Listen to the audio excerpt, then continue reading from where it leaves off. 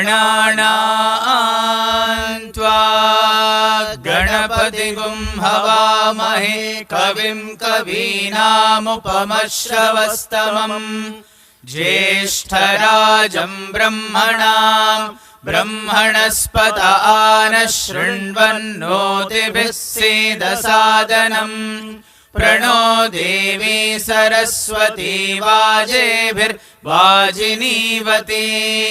धीनामवित्रयवतो गणेशाय नमः सरस्वत्यै नमः श्रीगुरुभ्यो नमः हरिः ओम। Om Shri Sai Ram. He is the source, the path, and the goal. He is the soul sucker for all lost souls. He is the friend, philosopher, guide, and God. Come, let us all bask in the love of our beloved Lord. I offer my most loving and reverential pranams at the lotus feet of my beloved Mother Sai. Loving Sai Ram and a very warm welcome to you all to the 10th episode of the Satsang series, Satsangatve Nisangatvam. Dear sisters and brothers, the number 9 is said to be the most auspicious and holy.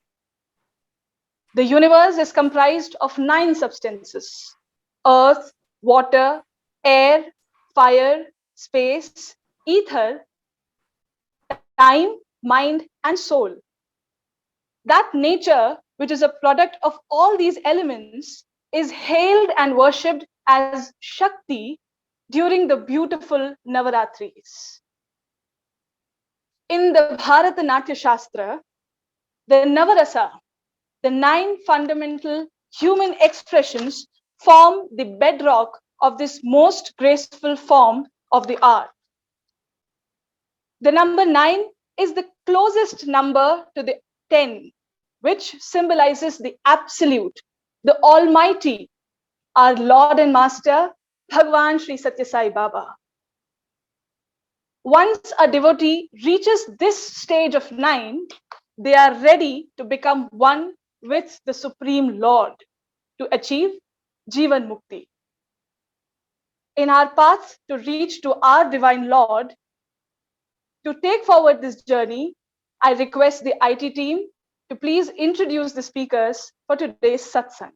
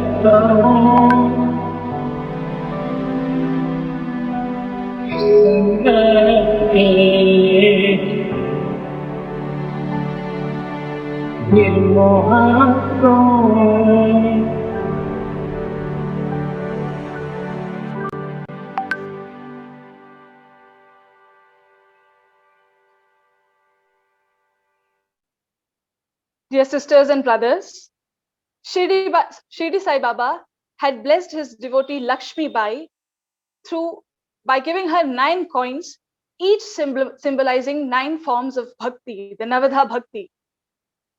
And today, to our beloved Lord, we offer the Navratnas, the 9 gems representing the organizing team of the Sri Satya Sai National Leadership Program for Self-Transformation. The first gem that we present to you, beloved Swami, is a very happy leader. She's full of robust optimism and is always brimming with confidence. She protects the NLP participants of the states she is the POC of, like a lioness that protects her cubs. A third generation Sai devotee, a Balvika's alumna, a Balvika's guru.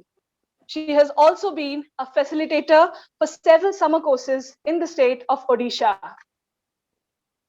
Professionally, she holds the lethal combination of a dual degree in commerce and law and is serving as a company secretary and a legal compliance counsel in the company Development Bank of Singapore at Hyderabad. Please welcome the point of contact, the member of organizing team from the state of Odisha, working for the state of Manipur and Madhya Pradesh, Sister Anita Vidulata Kotapalli. Om Shri Sai Ram. Thank you, Sister Shubhada, for your kind words. Yeah, I'm short of words. Thank you so much for putting across such a beautiful opening to this beautiful Satsangatve Nisangatvam session. My humble salutations at the lotus feet of our beloved Mother Sai, and a hearty and a loving Sai Ram to all the sisters and brothers present in today's session. What I believe is there are three kinds of people. One is who has been with Swami since the very beginning. They have been the second generations, third generations, and who are Balvika's gurus, Balvika's teachers, active youth, are already in the organization. The second kind of people are who came later to Swami's fold through some seva, through the divine calling, through some dreams. And then comes the third kind. They're there since the beginning. They are Balvika's gurus, they are Balvika's students, they are active youth. They are very much in the organization, but with their guards up, questioning Swami's love, not able to realize how lucky we are to be in Swami's Sharanam. Even if we know, he's the God, the ego is still there, looking for some hints, some clues, constantly asking for love, attention, bliss, grace, and not really satiated with whatever comes, even if we know God gives the best. This reminds me of an incident in my life where I was in class 12 and it was my maths exam the other day. And there are three segments in mathematics paper. One is algebra, one is arithmetic, and the third one is statistics. So my preparations were kind of okay. Not very happy, and with no offense intended, I am not very confident about maths as a paper. I have never liked the paper in general.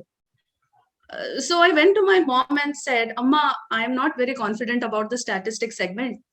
What should I do? She said, pray to Swami. I was like, okay, theek hai. Then I went to my father, expecting a better answer. I went to my father and said, Nanagaru, I am not very confident about the statistics segment. Algebra and arithmetic, somehow I have managed. But I'm not very confident about the statistics paper. What should I do? He said, what did Amma say? I said, Amma asked me to pray to Swami. Then he was like, okay, do as Amma says. And I was like, okay, would Swami be really helpful to me? Would he really be able to help? Because I have not made enough efforts. Anyway, my parents' faith on Swami was very, very strong. And my faith on my parents was even stronger. So I rushed to the drawing room where there was a beautiful photo of Swami smiling, standing and smiling with his Gerva Vastram and the green background photo. It appears as if it's a 3D one, whichever side I look at him at that photo, it appears as if it's looking at me. Swami is looking at me. So I went and pointed fingers to Swami, saying, Swami, look, I'm your Balvika student, and my mother trusts you a lot. So does my father.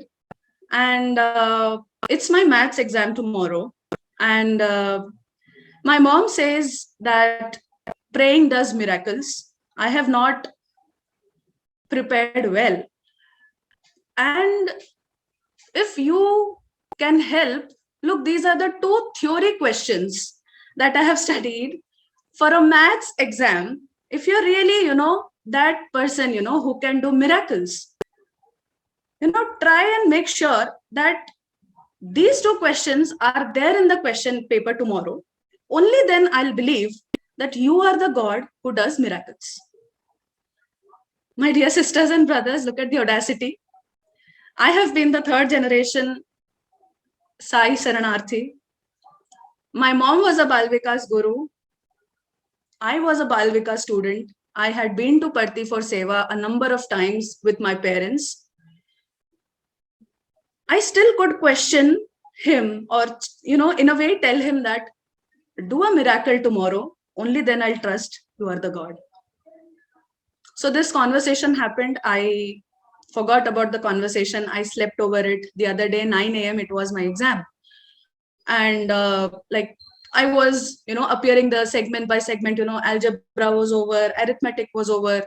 And I remember it was 10:42 a.m. precisely where there were loud whispers in and around, across the hall. And the invigilator shut them up. And I was like, Arey yaar, again, this statistics I have to attempt. Okay, let me see.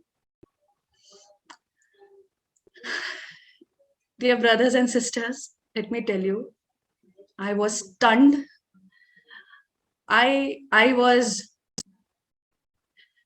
spellbound. I was elated. I felt cold. Mind you, it was mid of March, and the place where I come from, it rains fire during mid of March. It's that hot. But I was cold as if I'm sitting in Himalayas. And everyone around me was dripping of sweat, not only because of the weather, but also in the history of mathematics, in the history of statistics segment in mathematics, it has never been possible, or it has never happened that there are 2 theory questions, compulsory questions, and no practical questions to be attended. And everyone was panicking. And it took me a while to come back to the hall mentally. It took me to the conversation yesterday, the day before I had with Swami, where I questioned him. In spite of being there for so long, I could question him. I could question his miracles, or I could question him. And I was ashamed for a really long time. I was appalled. I was dismayed. I didn't know what to. I was falling short of time because it was already 11, and I was still in the feeling that, okay, I did something really wrong. I did something really wrong the day before. And while I wrote the entire exam, I was crying. There were tears of shame. There were tears of gratefulness. There were tears of love. And I was constantly thanking Swami. I was constantly thanking my mother, whose faith on him never moved. My dear brothers and sisters, while everyone was not very happy with their scores, I could be one of the toppers, top 25 toppers of the state of Orissa that year. While it was not always about the marks, my dear brothers and sisters, for something very small that happens in our life, or something very, something disheartening happens in our lives, we start blaming the divine for every small wrong that happens in our life, even if we know that when the time actually comes, things will happen in a nicer way. But when the love comes, are we really ready to accept that love? Are we really in a position to feel good that Swami has showered his blessings on us? Why always guards up? Why the restraint? Why the anger? Why the complaint? Why not love? Why not calm down? Why not trust? Swami never looks for qualifications, never looks for any eligibility, never looks for any kind of, extra efforts. What he wants, and I am the living example, I must say. I have tried and tested doing the questioning, challenging, and everything to him. And today I am able to say, I am able to share, I'm able to confess to all my brothers and sisters here who feel that they fall in the third category of people I mentioned in the very beginning. He only looks for sincerity, he only looks for purity, and he only looks for surrender. His delays are not denials. My dear brothers and sisters, may I request all of you to please close your eyes for a while I recite Swami's poem, Children of Immortality, which he had written to his students. And let us feel his plethora of love and shower of bliss, his grace on us. Dear brothers and sisters, free yourself, close your eyes, free your shoulders, free your body. Would request all of you to close your eyes for just 2 minutes while I recite the poem.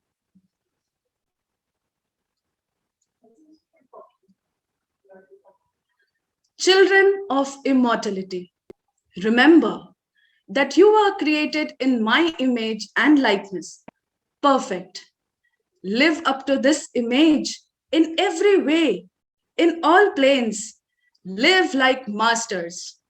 Walk this earth with your heads held high, your spirits soaring, your hearts open to love, and believe in yourself and the God within you.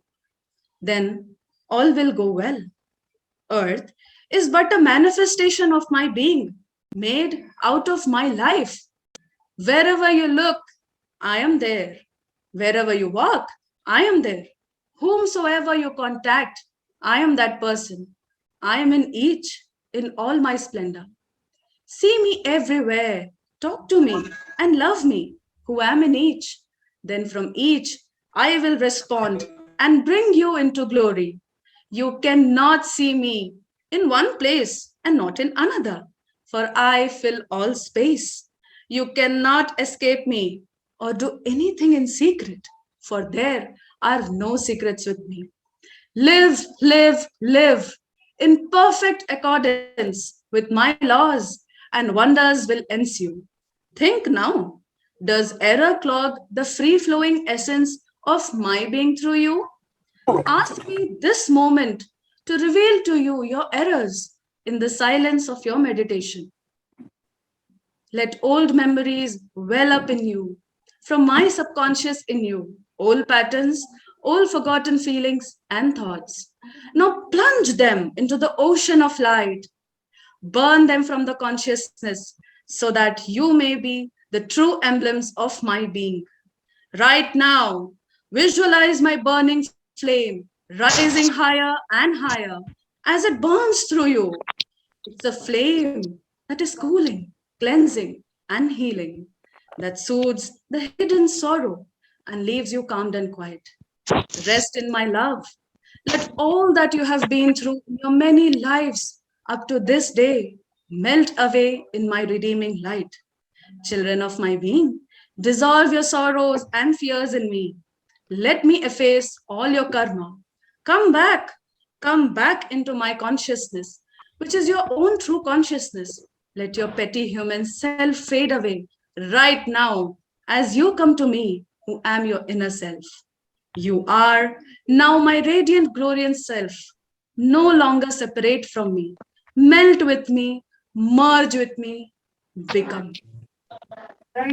With this, I end my rendition. Thank you so much. Jai Sai Ram. Thank you very much, sister. Uncle,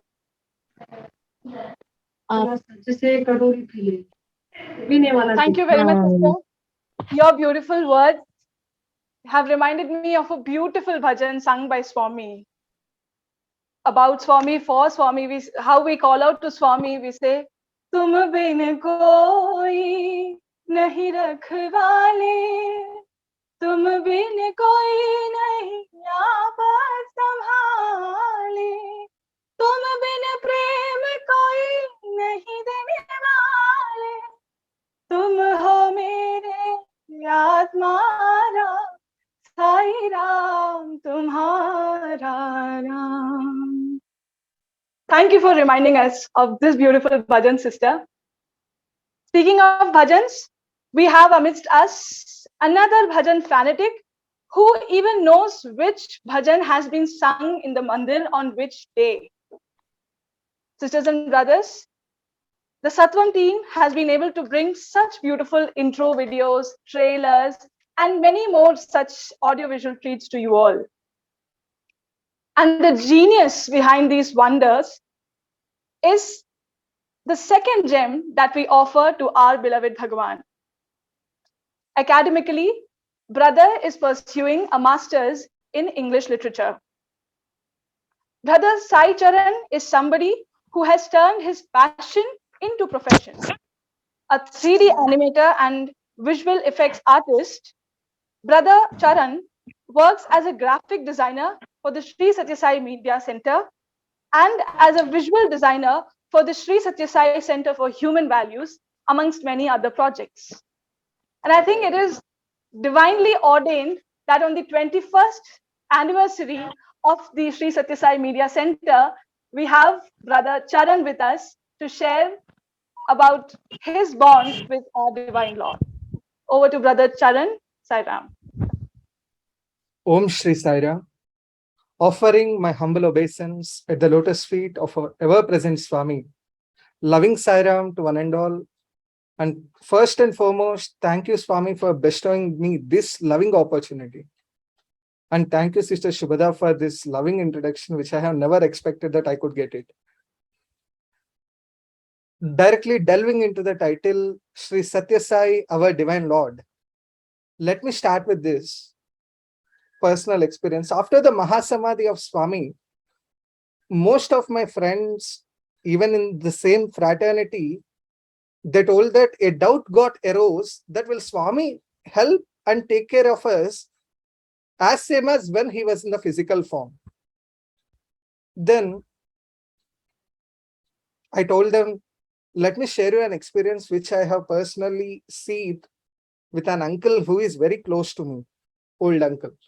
In our Samiti in Kamam, Telangana, we have regular Nagar Sankirtan and Bhajan sessions. So I had been seeing an old uncle who is nearly around 93 years of age. Even when he was around 90 years of age, he used to self-drive his nano car. He used to drive to bhajans every day. He used to sing bhajans every day. After some years, when he was around 93, suddenly he was diagnosed with a heart complaint and was suggested to get an open heart surgery. The doctors also told that as he is very old, they cannot guarantee the success rate, and also there is a tendency that the patient turns lifeless. But this old uncle was very assertive about undergoing the surgery and told that Swami will take care of it, no worries. Cutting short, he was operated and shifted to the room after 3 days. On the day of the discharge, a nurse was completing the discharge formalities and she came across a photograph of Swami as well as a Vibhuti packet, which we generally carry with us whenever we go to a hospital or something. It is like an everyday carry for us. So the nurse started asking questions about the person in the photograph. Who is he? Then the attendants of this old uncle answered that he is Bhagavan Sri Satya Sai Baba.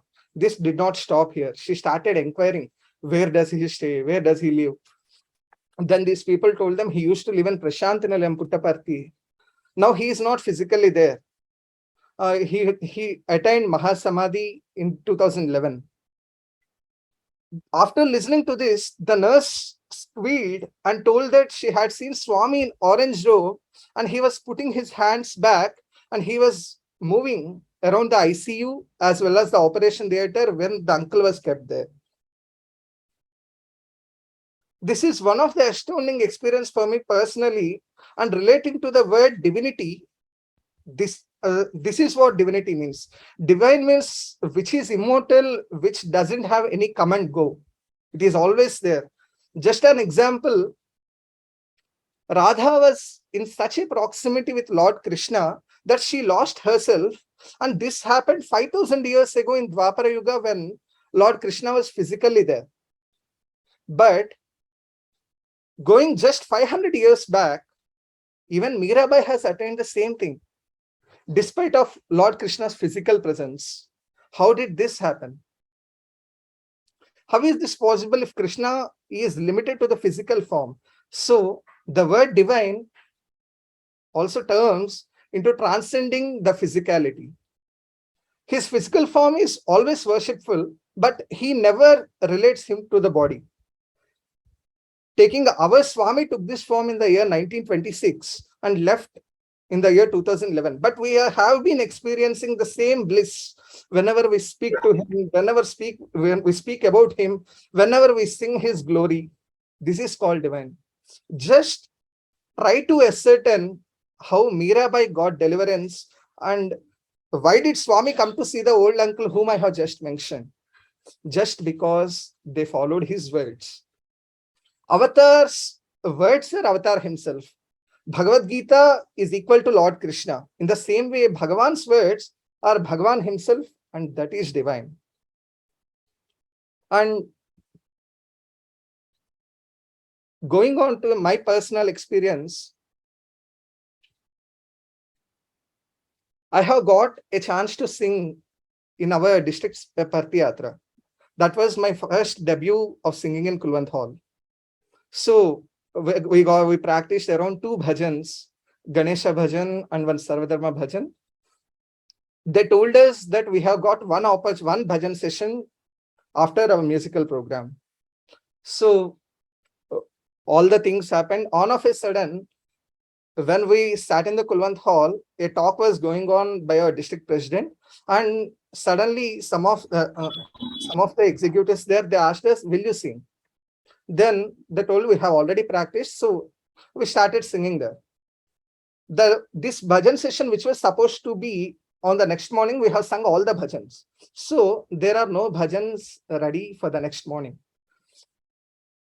We sat after the mandir proceedings and late night we started practicing, but we came to know that only 2 singers are left, myself and one more brother. On the next morning from 9 to 9:30, we have got the whole session, so that we will be getting around 8 to 9 bhajans. And as we are getting the whole bhajan session, like how we sing after the mandir programs, it will not start with a moderate speed bhajan. So we need to start in an ascending tempo and we should end it in a crescendo. So we started building the bhajans list and everything, but no singers except both of us. So I told, okay, whatever happens, let it happen. Let's pray to Swami. We can start singing. But I thought, okay, I can sing one. This brother can sing one. But it did not happen like that. This brother told that I cannot sing a solo. So I want a pair. So whatever the bhajans we have wrote, we both started singing them consecutively. At the end of 8th bhajan, my voice, I got totally strained. And the next coming bhajan was Janardana Nandalala. It generally starts on a crescendo, but I'm damn sure that I cannot reach that high note. Then I started praying, Swami, Swami, this is your program. You should only make it successful. I know, you know exactly, while offering the rose as well as the brochure to Swami. In fact, these are the words which I have told directly, Swami. In Telugu, I have told Swami, నాకు ఎంత scene ఉందో మీకు తెలుసు. You should make it successful. I cannot do anything regarding this because singing 9 bhajans consecutively in the whole session, I cannot do that. So I don't know how it went. In the second line, Hare Krishna, in the Janardana Nandalala's second line, instead of cracking my voice is not at all heard.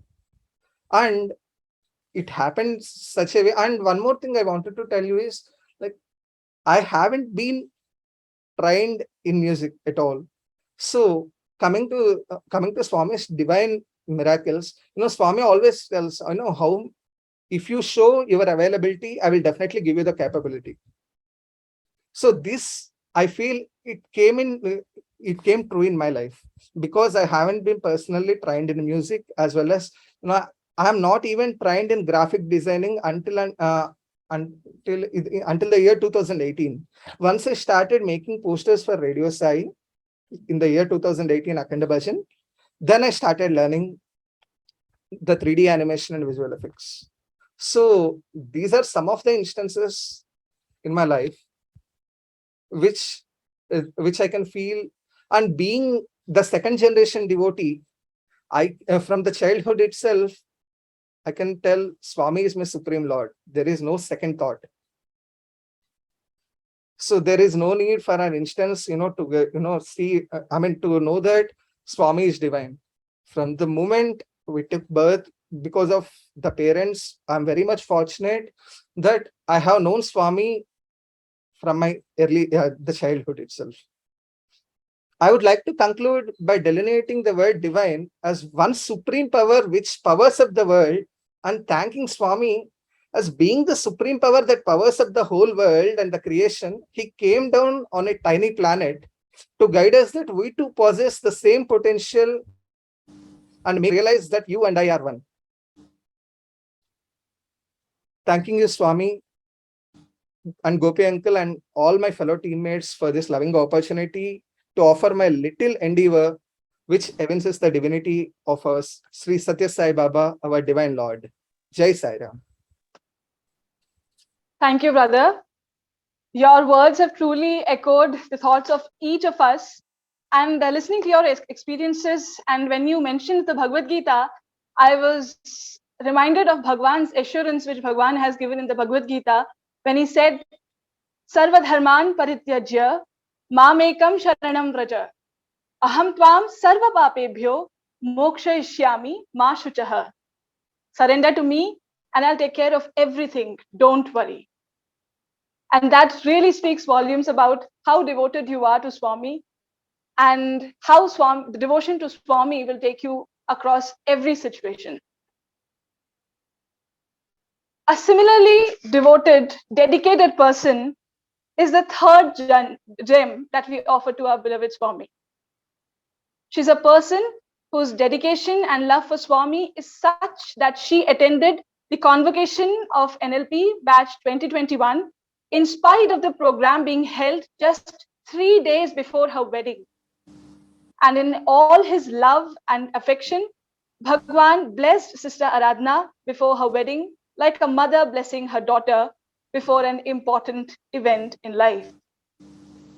Academically, Sister holds a degree of Masters of Business Economics, and she owns and runs very successfully an institute called the English Pathshala, which is an IELTS training institute since 2014. Sister Aradhana, who hails from Kurukshetra, Haryana, is also serving as a district youth coordinator and as a Bal Vikas guru, in addition to dedicating herself to the work as a POC for the states of Punjab and Sikkim, and as an integral part of the NLP organizing family. Without any further ado, I invite Sister Aradhana to speak about our Divine Lord.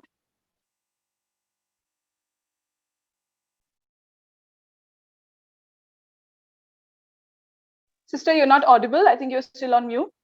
Okay, sorry. Thank you, sister. Thank you very much. Om Shri Sai Ram. Salutations at the lotus feet of Bhagwan Shri Satya Sai Baba, and loving Sai Ram to all of you. I'd like to thank Gopi uncle for giving me an opportunity to speak in the satsang, because I believe that satsang is a way through which we could connect with Bhagwan. We could all connect with Bhagwan. So I'd like to start by saying that we think that we choose our guru, but it's not true. Our guru chooses us, and in my case, I have felt it. When I got to know the importance of guru in life, then I started yearning for a guru, and then Bhagwan took me in his fold in the end of 2013. And since then, he has been with me on this journey of self transformation. Why I used this word self transformation, not because that I have been the participant of Sri Satya Sai National Leadership Program for self transformation, but I wanted to be better and lighter, and I got it what I literally asked for from Swami. So he chose me. He actually pulled me towards him miraculously. Since I'm not a Balvika student, I had no connection with any Sai devotee, and I come from a family of known Sai devotees. I had never heard about Swami before. So bhajan was his first tool to drag me towards him. I used to go to mandir. I remember I had kept fast of on Thursdays. My mother asked me to. So I used to go to mandir and I attended bhajans. So this was his one way to drag me. Then, of course, like this session, satsang session, we are listening to each other's experiences. So there was a satsang by an ardent Sai devotee, and he was the one who brought closer to me, who brought Swami closer to me. And there were many others. I used to listen to their experiences. Afterwards, he gave me literature to read. I started reading literature. I felt so close to him that he called me to Prashanti in 2014 in Seva. That was my first encounter with him. I felt he was there with me, listening to me, not physically there, but yes, I felt his presence. I used to go to Ganesha also every day. Then on my last day, I prayed to Ganesha to call me to Prashanti once or twice a year. And then he listened to my prayers. Since then, he has been calling me and he has called me without any break. After I came back from Seva, I got involved in Samiti activities. Then one night I had a dream of Swami. I used to hear about the dreams, but I never thought that I'll have one. So randomly I had a dream of Swami. I saw Swami in Kulwant Hall, and because I had been to Kulwant Hall, so I saw him in the Kulwant Hall only. So I asked Swami, can I take Pad Namaskar? So he said, yes, you can take. So of course I did that. And then he asked me, what do you want? So I said, Swami, I do not want anything. I just want you. Probably I had heard it from somewhere. But yeah, I said this thing. So there was somebody with Swami and somebody with Swami. So Swami said, give her everything because she wants nothing. And then in second part of the dream, I was doing Pada Seva. And he was on his bed. I don't know. I had never seen the place, but still, he gave me the chance to do that. So after that, you won't believe that he gave me multiple opportunities, which I had never even thought of or even asked for. People say to me that it took them years to perform in his presence, and I they told me that I'm the lucky one, that I am getting these chances, and he kept me in his proximity through these opportunities. Like, he gave me a chance to sing bhajan, like brother Amrit just mentioned that he got a chance on Parti Yatra to sing bhajan. I am not a singer. I was not a singer. I learned bhajans when I joined Samiti, and then I started singing. And then I am really a bad anchor, and Swami gave me a chance to anchor in National Mahila Conference also. And then one more opportunity, yes, he gave me a chance to perform in a musical program in front of him. And then he gave me a chance to offer aarti also. Means these all thoughts were in the mind, that okay, Swami, will I be able to ever offer aarti to you? Will I be able to sit in front of you? These kind of things were always in the mind. So I would like to narrate a short experience what happened. That we were to sing bhajan. We had been practicing for that for around 2 months. So I remember that bhajan by heart. So my partner and we used to practice that a lot. So what happened? Our bhajan was at the end. So we thought that we might not make it, but we still kept on praying. Oh Swami, please let us sing. We want to sing. Anna, we love singing Your Glory and all that. But uh, it ended. We didn't get a chance to sing. So she cried. Uh, I was not really disappointed, but yes, she was a lot. So I was a little upset. We came to the room, and next day we went for the practice again. We were to sit in Kulwant Hall next day also. So there were chits. So a little girl was asked to take the chits out of a ball. So she took out 4 slips. There were 2 names of other devotees, and there were 2 names. That one was of that girl who was supposed to sing with me, and one was of mine. And we were actually, I was numb at that time, that how could it be possible that 2 people who couldn't sing, and he picked their names to offer aarti to him. Probably he is so kind and merciful that he can't see us upset or crying. So this was one experience with him. Then there are multiple actually. And then I thought of visiting Kodai, Canal, Ooty, and Vrindavan. So I used to, no, I really not prayed to Swami that call me to Vrindavan or I want to visit these places. I just had in the mind that yes, I want to be at those places where you used to visit. Okay. So I got the chance to uh, visit Kodaikanal, Sai Shruti, and then we went to Ooty also. He called me there, and I am so lucky. I feel that I am so lucky. And even he gave me a chance to be a part of Ekadash Rudram, that's in Rishikesh. I always went for seva alone, and I would say that Mother Sai always took care of me. Sorry. So I used to go for seva. I always went for seva alone because I told you that no one in my family follows me.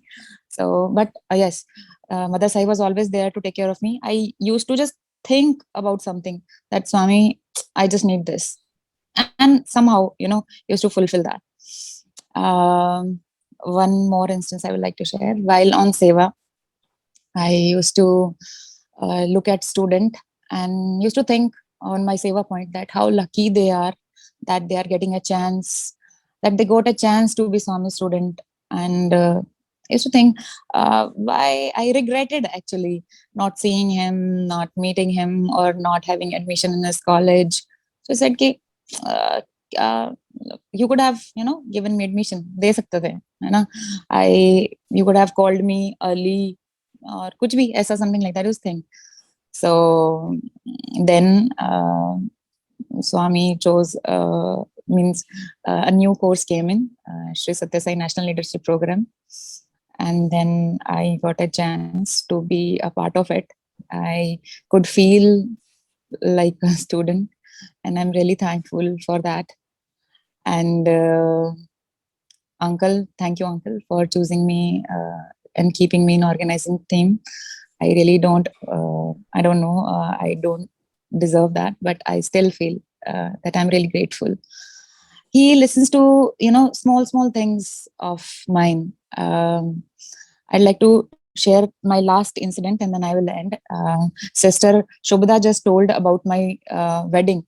So I would like to tell that, like any Sai sister, we always have a dream that we go to Swami to bless our wedding attire, or at least what we wear on like Mangalsutra or rings, right?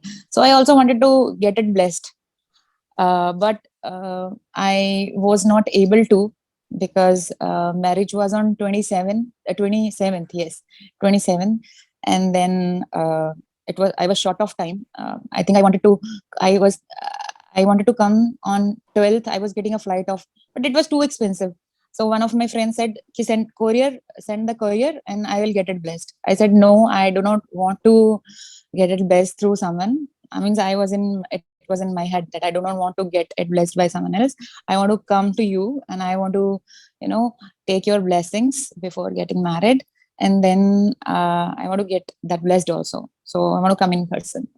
So I don't know, from somewhere I got the date that there is convocation.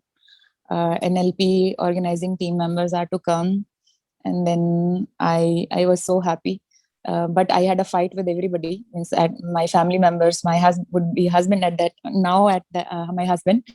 So he said, "Ki, you're more concerned about going to Swami, and you're not concerned about me. You are going to start your life, and then you're talking like this. You're thinking of postponing the marriage date and all." So I said, okay, don't fight with me. I'm not gonna book the tickets. I'm not going anywhere. I will not do anything. I don't know what happened to him next day. And he said, ki, okay, just book your tickets and you can go. I said, what about parents? He said, ki, we'll talk to them. And next day they came to our home, and mother-in-law said, ki, do you really want to go? I said, yes, I want to go because I have always been there and this is a chance I'm getting. I do not want to miss. So she said, okay, we'll adjust the date. So then another date was 23rd. So I thought, ki, theek hai. Family members thought that we'll get married on 23rd. Okay. So 23rd was my brother-in-law was busy.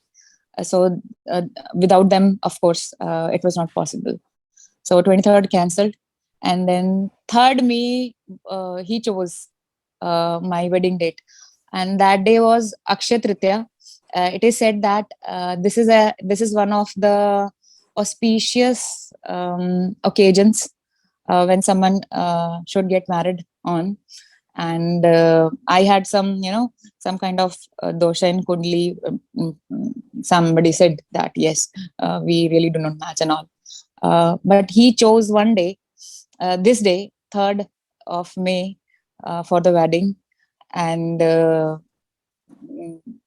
then I just reached on first at home, and then second to do the rituals, and third was wedding.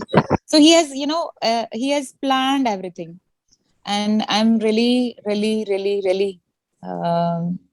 thankful to Swami for keeping me in his proximity and holding my hand. And I'm really I don't know what to say more. Uh, but I used to feel that yes, I haven't seen him, but yes, I can say that I have experienced him, and he has always been with me like my own. Whenever I go to Parthi, I always feel that is my home. I would like to tell that after wedding, I didn't go to my home uh, for living for means generally brides go to their homes for 10 days or a week or so. So I didn't go. I stayed for only 2 days. And then I told my husband that I am not staying there for long because I want to go to Prashanti for Seva for 10 to 12 days. And then you have to let me go because that is my mother's home and I want to stay there longer. So I didn't stay there longer because I wanted to be with my mother. So, and then at home, groom comes to take the bride, from home when she first time goes. So similarly, when I went to my divine home, mother's home, at that, my husband came to take me from there. So and I don't know, but I am really happy that Swami is there and he has always been there. Thank you, Sairam. Thank you very much, sister. And truly, all the good intentions that you've had to reach to our Lord and to attain His love, I think Swami has granted you all of that and will always keep granting you. And it only inspires me to thank Him and hail Him as Om Shri Sai Punya Phala Pradaya Namaha. Thank you, sister. Another person who is always very, very aware of Swami's presence and is always trying to do everything according to how Swami would want is the next speaker for this satsang. It is none other than Brother Sai Prakash. Brother Sai Prakash is a true leader in the sense that he's a true team player. He is someone whose meticulous planning and management has been an eye-opener on many occasions for the organizing team. This attention to detail, I'm sure, must come from him being an engineer, and since he also specializes in construction management. Brother is serving as a senior lead sourcing and procurement at JLL Bangalore and is equally dedicated to the NLP organizing duties as well as to his duties as the Sri Satya Sai Young Messengers social media pillar handling the South Zone. Please welcome the fourth gem that we offer at Bhagwan's lotus feet, POC for the state of Uttar Pradesh, member of the organizing team family, Brother Sai Prakash. Thank you, sister. Offering my most loving pranams and salutations to the form of love. I don't know, you just mentioned the fourth gem. I reminded of my birth date is 22nd May, so it just coincided. But you said I'm the last speaker, so I was preparing to be last, but somehow. Thank you, sister, and it's quite overwhelming, and it's indeed overwhelming to listen to all our fellow brothers and sisters and their experience, and it's so relatable. Thank you once again for this wonderful opportunity. The title, when I heard Sri Satya Sai Divine Lord, so I somehow thought divine and Lord are more synonymous, so both coexist. So Lord is divine, and and divine and Lord cannot be separated further. So I used to have these questions, though I'm a third generation Sai devotee, like most of our brothers and sisters. I had my own share of questions. My mother was a Balvikas guru, grandparents had a lineage of experiences. And while I was growing up, sometimes the so-called intellectual self, ask us a lot of questions, and that's many times shot towards Swami. And it was keep on going, and I continued to do whatever I'm supposed to do as a son, as a student, or now as a professional. So in this pursuit of understanding the divine or the Lord, I used to ask a lot of questions to the elders of the organizations. So one such suggestions really got me, got into me so well. And he said, Sai Prakash, don't try to look at Swami as a Brahma Tattva. He is the ultimate, and don't try to get into those bigger, explanations of Swami. Keep it so simple. As long as if you can use the word called God zone, when you God zone Swami, you're further putting him further away from you. Keep him very close to you. Like when you eat an ice cream, just share to Swami that this ice cream is delicious. Do you feel so? So start your interaction in a simple manner so that you stay connected to Swami, and then whatever the questions you have in your mind will get answered automatically. So that struck me so hard. So I started doing that. So every time I try to, whenever I feel disconnected from, Swami due to whatever the circumstances are, I use this small trick to, get myself reconnected to Swami by sharing what I'm exactly doing at that particular moment. It so happened that I used to I got my very first opportunity to be at Prashanti Nilayam to do Seva, the Prashanti Seva in the year 2010. I of course had a lot of enthusiasm, seeing Swami, and I was put up in Sai Kulwant Hall for my Seva. So Swami every time comes for darshan, and a lot of devotees, and the entire aura and the energy is unexplainable. It can only be felt.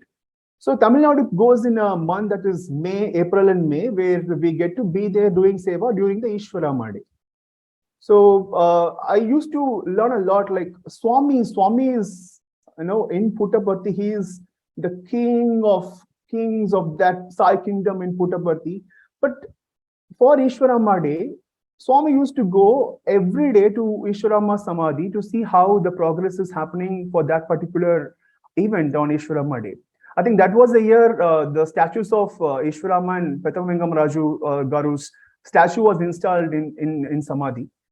So Swami goes every day to see how the progress is going, the work is going on. So that kind of given me a glimpse. He would have deputed somebody to take care of everything and stayed back, but he is going every day. That that is something we should all learn from Swami, even though he is the ultimate.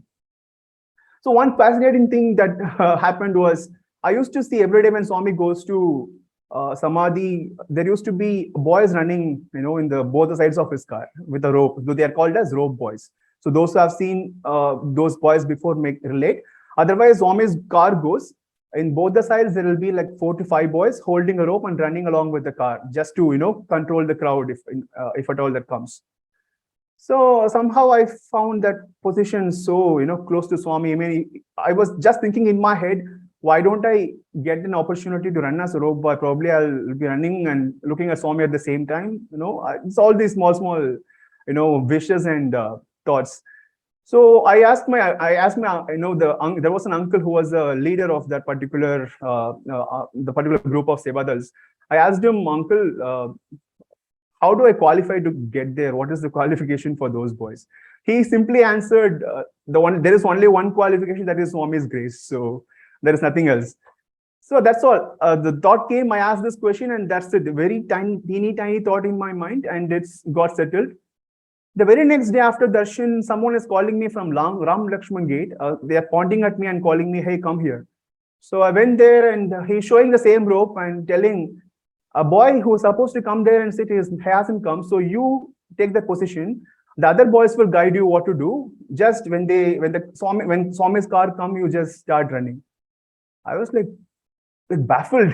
It's a very small, teeny thought I had the previous day, and the next day it is being bestowed upon me is something very hard to handle at that time. I was too young then. I couldn't have that moment. I just got excited and started waiting for that moment, and started going half the way. Then of course I got this half the way. Then the boy supposed to come in my place, he actually ran. Who wouldn't want who would want to miss such opportunity? So of course this happened, and these things, such experiences wouldn't make you realize everything the very moment, but when you go back to your home and think what just happened, then we all come to know how blessed are we. The smallest of thought that is being answered by Swami in the very next day. So fast forward a couple of days back, a couple of years later, after Mahasamadhi, again got to be a part of to do the seva in this time it was in Yajur Mandir. So again, my all these questions started, like the previous brothers were saying, and many of you can also relate. Swami attained Mahasamadhi. We are not seeing him in physical form. So we keep we have our own share of beliefs and thoughts and questions and all that. So one such questions were like, this was also very, very small question in my mind. I shouldn't be having, but still I had. Many people were, telling that, the vibhuti is manifesting out of Swami's image. That's very common. Most of you would have heard that. So I used to listen. I used to listen from my own family also, from my grandmother, from grandfathers, from other, relate devotees. But I had this very, small thought, the intellectual, so-called intellectual thought coming. What if people are just trying to seek attention by creating by themselves? But I was ashamed to have that question the same day I was there in Seva. The next day was Ishwarama Day. We were all doing a service in outside the Yajur Mandir, so it was almost 11:30, 12 a.m. We were supposed to finish off our duty and go back home. So this thought was there like few hours back, and the practice in the service is like exactly at 1 a.m. you have to go take a torchlight from the room of Vasu sir and go on top and show it to the security office, signaling that everything is good, everything is okay, is going well. So one of our brothers were going and he was about to go and pick that torchlight to give signal. He came back running, running and saying Sairam, and said, we were all like, what happened? And he said, Vibhuti. So the Yajur Mandir, you see, Swami's entrance door, on right hand side, you have the room of Vasu sir, and that's where the torchlight is. And we all went there. Wherever Swami's portrait was there, wherever the word Sai was written, everything had Vibhuti. So that was again a question, answered. Even the teeny question that was there in my mind that got answered. So I again was thinking back, yes, we shouldn't be questioning so much, but rather we should start to think closer and bring Swami closer and feel the connection and please be grateful that we are blessed for being in his fold. And it has happened ever since, the same way Swami has reassured and Swami has guided and guided all of us in every possible manner.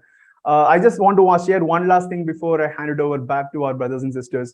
3 weeks back, I had an opportunity to go to Chennai for one of my official visits. So I stayed over for a weekend to spend time with friends and cousins. So my train to go back home was about 10 p.m. and I was already in one of our brothers' place at 9 p.m.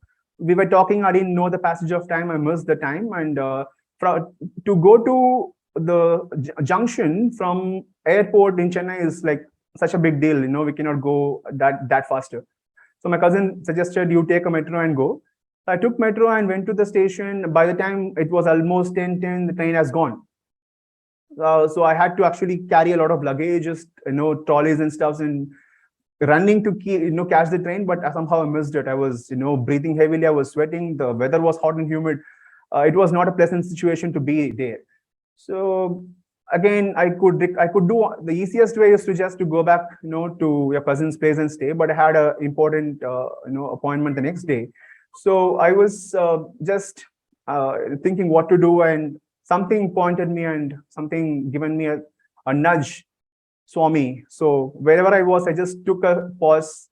I just closed my eyes, took a deep breath. I just thought of Swami. I know I've messed it up. I didn't follow you. I didn't start early. I didn't drive slowly. I didn't reach. Of course, there was a lot of chaos when I was coming. So I didn't do any of it. I messed it up. But Swami, this is your responsibility. Tomorrow I cannot, I should not be in a position to mess tomorrow the meeting up. So at that moment, I got a clarity. I was I was calmed down. I took an open ticket, and the idea was to take an open ticket, go to catch the next train, try for luck. If the TTR, if he has any cancellations, he will take the difference amount and give you the berth. So that's like very rare thing to happen. So I was just thinking, something guided me. I went there. The hospitality I received so even before that, the train came and it was about 30-40 compartments. I don't know where the TTR would be. So, but to my surprise, I was standing wherever I was standing, exactly opposite to me, the compartment. In that compartment, the TTR was there. So I went inside and tried to understand to understand how this works. Can I actually get a ticket? I was asking him. His hospitality was astounding. He was like wishing me, "Hello, sir. Please have a seat." That was so unusual. Okay, I took a seat, and then I told I missed my train, and can you help me? He was like, he took a moment and told me, there is only one seat available, only one cancellation, but that is in the first class AC. Would you like to take? Of course, why not? So that's the best, when even we mess things up, not just in any of our travel, in our lives, in our professional lives, in our personal lives. Even if we mess things up, don't worry, let's not keep ourselves in a place where we are victims. So one of the perfect lessons I got to know from or learned from NLP from last year is that in one of the satsangs by one of the speakers, three things I always remember from there. One is never have a victim mentality. Secondly, always take one step at a time. And third of all, if somebody hurts you, don't hate the man, but you can hate the deed. So don't hate the deed and not the man. By following all that, let us be forever grateful to our Bhagwan. I would like to close with one sentence from one of my favorite songs that is called "Thank You, Lord," since it is Sri Satya Sai, the Divine Lord. Thank you, Lord, for all you have given to me, for all the blessings that I cannot see. Thank you, Lord. Jai Sai Ram. Thank you very much, brother. I am reminded of a beautiful hymn that we used to sing in school. It says, "For thy mercy and thy love, how can I repay thee? I will offer thee myself, for I belong to thee. What thanks can I render thee for the gifts thou hast showered on me?" Thank you, brother. Thank you for sharing such wonderful thoughts. And all these references have taken me to another realm where, yes, we are all in Puttaparthi and we are thinking about all those Balvikas days.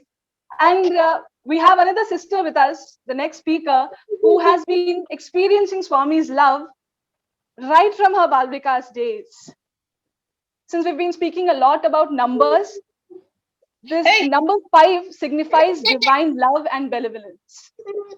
And the fifth gem that we offer to our Lord is someone who has captured the Lord in her breath and is constantly in divine company through her soulful singing. A trained classical vocalist in both Hindustani and Carnatic classical music, Sister Shweta has been connecting to Swami through music and various other art forms through her Balvikas days, especially when Sister participated in the many Ashadi Ekadashi offerings. Holding a master's in political sciences, Sister is a lecturer by profession. And apart from being an integral part of NLP organizing family, serving as the POC of the state of Odisha, Sister is also a trainer with the Sri Desai Samyukta Shruti Shreni, which is a e-learning Vedam learning portal, and is also serving as a state youth coordinator for the state of Mumbai metro region. Sister, we welcome you and we offer this fifth gem at the divine lotus feet of our Lord. Sai Ram. Om Shri Sai Ram, offering my humble pranams at the lotus feet of our loving Swami. A very loving Sai Ram to all my brothers and sisters present here. Thank you, Sister Shubhata, for such a lovely introduction. I think there is a heart-to-heart that exists between all of us. The song that you already sang previously was what I was supposed to start with today, which was Bhagwan Tumhara Naam, which you already sang previously, so I wouldn't want to sing it again. I would directly get into what I was supposed to speak for today. When the first speaker of today spoke, which was Sister Anita, she spoke about a classification of devotees of Swami. There were 3 categories, and I fall into the first category. My interaction with Swami has been very random. Probably that incident I would narrate some other time when it comes. I belong to the first generation of devotees. I became a Balvika student. My brother became a Balvika student. Then some of my cousins are Balvika students, and then my parents also became devotees. So somewhere I feel very proud that I was the source. I came into Swami's fold, and that's how we all as a family follow Swami and his teachings. This incident that I'm going to be narrating now happened in July 2006, as it was mentioned earlier. Every year, Ashadi used to be the time that I used to get to visit Parthi. So 2006 Ashadi, we were visiting Prashanti Nilayam. I was a Balvika student that time. I very well remember we were some 3-4 small children who were dressed in white and white, and all the other mahilas and youth used to be colorfully dressed in saris at the mandir. So I was lucky and privileged enough to be chosen to be chanting Vedam, sitting in the first few rows in mandir, and it's really a big deal when you can see all your other friends, feeling a little bad, and you feeling very happy on cloud 9, extremely happy that you're going to be sitting in the first 2-3 rows inside Kulwant Hall. So, like every child, I was extremely excited to go to Parthi that year, because that was the first time that I would get an opportunity to sit that close to Swami. And that's what we all for always, right? So, like everybody else, I was very sincere. I never missed any practice sessions. All my vacations used to be very, even today, May month is always filled with practice sessions, because July we go for Ashadi and we start our practice sessions in April and May. So in 2006, that was the first time when Maharashtra got a chance to, the Mahilas of Maharashtra got a chance to offer Vedam chanting to Bhagwan.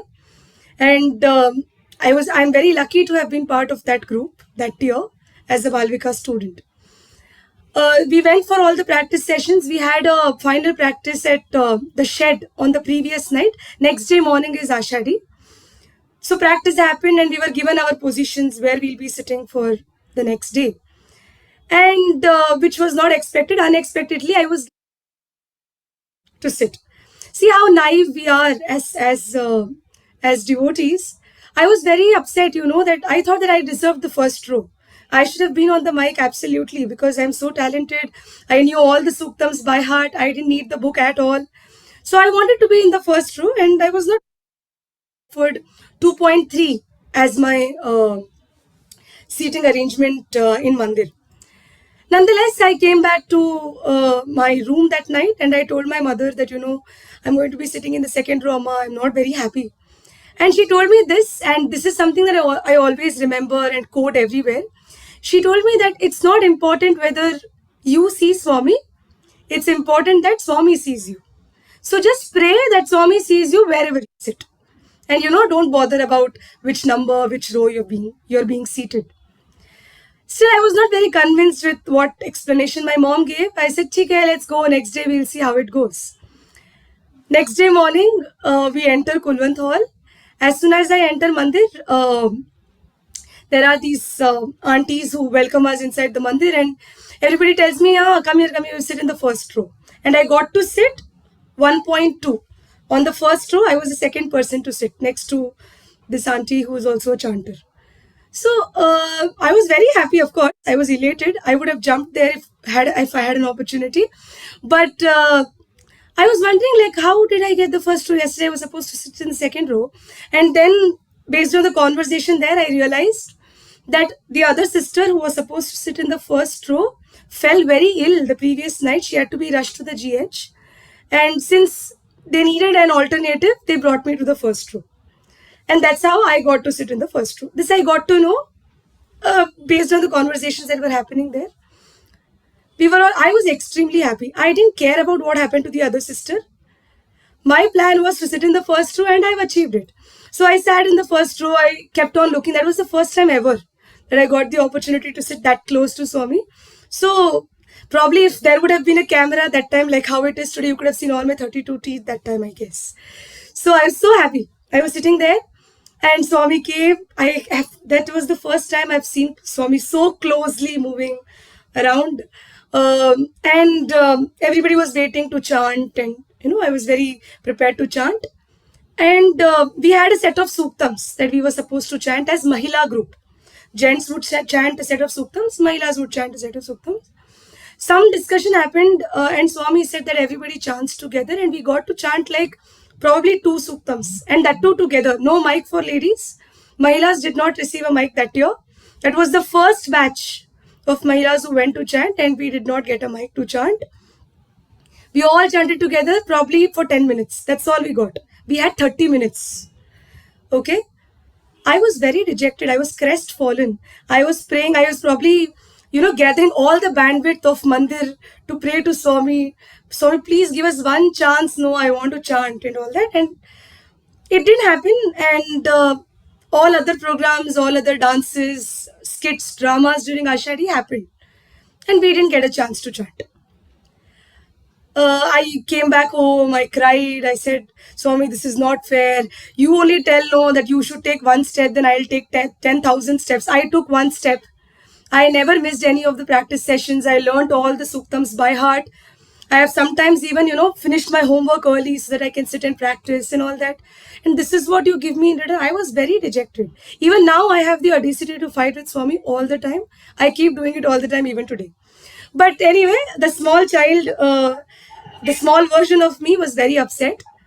And cut to 2009 Ashadi, 3 years after that experience, that nightmare that we had. 2009 Ashadi, we got to know that we'll get to chant, I think 1 month before. July 10th was Ashadi that year. We got to know by, I think, May and June first week that we may get a chance to chant. I was anyway going to go for Ashadi, so they asked me to prepare.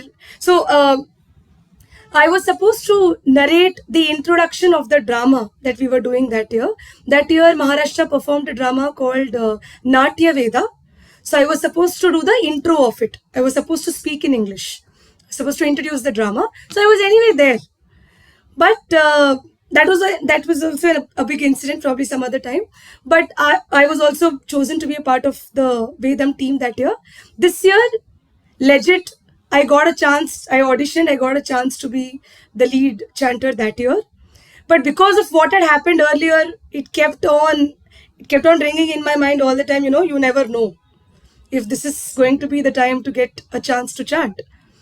And again, I got to sit in the lead rows. And Swami symbolically asked us to chant. We finished chanting. We had 45 minutes of suktams that we had prepared to chant on Ashadi day. We finished all our suktams.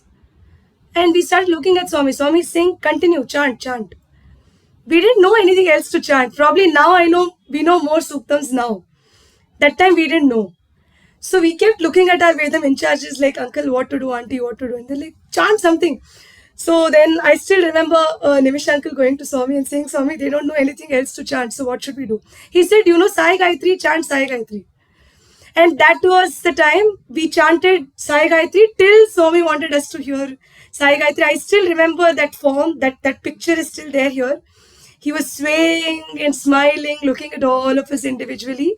We chanted Sai Gayatri for 15 minutes that day. And that moment always stays in my mind. The moral of this story is you never know what would happen when. And sometimes I think our heads are so swollen all the time that, I know everything. I am so talented. I can do anything and everything. Sometimes that's not what he is looking for. The topic for today was Sri Satya Sai, the Divine Lord. The reason that he came as an avatar to us was to instill that divinity within us. And I think that lesson has always stayed with me even today. This year when I went for Ashadi, I got an opportunity to sit in the front rows to chant. And I just looked back. I went back in my memory lane and I just remembered that it's not important how you chant. In fact, I'll tell you, in 2009, we were not prepared enough. We didn't expect that Swami is going to give us a 1 hour slot to chant. We were underprepared. Many of the chanters were having books. Generally, we are asked not to carry books while chanting in Mandir, especially the lead chanters. We were all carrying books. People sitting in the second and third row were still carrying books in 2009. Swami didn't bother about all of that. The most important thing that year was the love that we had for Swami, and he had realized that we had learned from our previous mistakes. For me, it was that. When I went in the first year, it was that, I am the best chanter and I deserve to be in the first row. This time it was, Swami, just give me one chance to offer what I have learned to you. Because of you, I could learn Vedam. Give me one chance to offer it to you back again. And because we had that frame, we were in that frame of mind, that loving Lord just granted that opportunity, and we saw how. We were not even, he just wanted a Sai Gayatri to be chanted, and we prepared so much. Every year we do that. We prepare so much and go, and ultimately he asked, Sai Gayatri. We all said, yes, chant Sai Gayatri. That's all he wanted. So I think it's very simple. We just have to not care about the outcome of what we are going to get in return. Whatever we are doing, I think we should do it to the fullest, and he's there. He's looking at every single thing that we do. As a Valmika's child, the biggest drag for me, the biggest thing that dragged me towards Swami was, he was this one Lord whom I could see. I still remember, this happens to me even now, that whenever I'm in a dilemma, whenever I'm in a confusion, in distress, whenever I know that if I've done something wrong, I remember that pose of Swami, that picture of Swami, angry Swami, happy Swami, thinking Swami, the Abhayasta Swami, Swami in this form. Like, what are you even doing, Do you think this was the right thing to do? So, and that makes me re-introspect anything and everything that I ever do in my life. So even today, when I don't get a rickshaw, I say, Swami, please, I have to reach my college on time, and rickshaw comes. Just be that blind. I think it's faith, faith and only faith. You can have that faith only if you completely leave your actions to him. Don't look for the outcome. I know that it may sound very, satsang oriented, but I really believe that sometimes you just have to believe in him, trust him blindly, wholeheartedly. He can make anything happen. And I completely believe this. So I think this is what I would like to share with all my brothers and sisters here, that there are many instances where it's very easy for us to, we become too big for our boots a lot of times. I think at that point, just take a breath, just introspect over what you're doing, and you would realize the mistake and you would try to re-introspect and redo what you've already committed. And I think Swami has always been there to guide me at every step. At every step, I have that imagery, that picture that keeps flashing. What are you doing? Are you even thinking? That keeps coming up back again and again. And I think that's the biggest gift that he's given me every day, every moment of my life. Whether it is taking over as the SYC of my state, or being a part of the NLP org team, or trying to balance my profession and the organizational responsibilities that I hold. He's always been there as the people who have guided me to be a part of this. I still remember that phone call that I had with Gopi uncle, telling me that, you'll be able to do this. Come on, just say yes. And I don't regret that decision today, uncle. So thank you for considering me worthy enough to share my experiences, my small experiences with Swami today. Thank you, and Saira. Thank you very much, sister. The beautiful instances that you've shared with us, it just inspires me to say, hail our beloved Lord as Om Shri Sai Bhakta Vatsalaya Namaha. How compassionate is He? He makes sure that we excel in all our roles. And one such brother who has been blessed by Swami to ace all the hats he dons, all the roles he plays, is Brother Nitesh Verma. He is an active Sai youth, a dedicated Sevadal, an IT wizard, a dutiful son, a loving husband, a doting father, and a dear child of Mother Sai. Brother Nitesh holds a BTech MBA in Information Technology and is currently working in Canara Bank. Brother is connected to Shimla and Paonta Sahib Samiti, working as and in the IT team of the Sri Sathya Sai Seva Organizations, Himachal Pradesh, and is also working in the IT team of the NLP organizing family. Let us offer the 6th gem at the divine lotus feet of our Lord, Brother Nitesh Verma. Thank you, Sister Shubhata. Brother, before handing it over to you, I request all the speakers to please restrict yourself to 10 minutes so that we can have all the speakers have their ample amount of time and end at a good note. Saira. Thank you, Sister Shubhata. Am I audible? Yes, brother, you are. Thank you. Sri Satya Sai, our Divine Lord.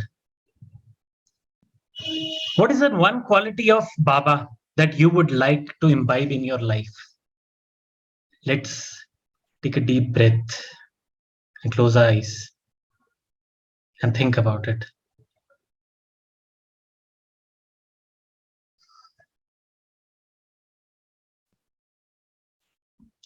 For me, it's his unconditional love, which makes him our Lord. As you know, he addresses us as embodiments of love, so divine. My humble pranams at the lotus feet of our Divine Master, Bhagwan Sri Satya Sai Baba, and Sairam to one and all present on this call. It's given me a great pleasure to be part of this satsang. I thank the team. I thank our convener, sir, for me being part of this session. Bhagwan, our Lord, or whatever we may call him, is always with us, whether we have met him or not. Because he has a certain setup, he has set up a system where at any point of our age, we can connect with that system and go for our spiritual realization. The Bal Vikas sessions at the early age, the Sevadal duties in the organization, and the leadership sessions going on these days is a constant reminder that he's with us. Baba is using our parents, seniors, gurus, teachers as his instruments to help us realize his divinity and his presence among us. So at this stage of life, what more we can ask for? Some of us would be at the crossroads of our careers right now.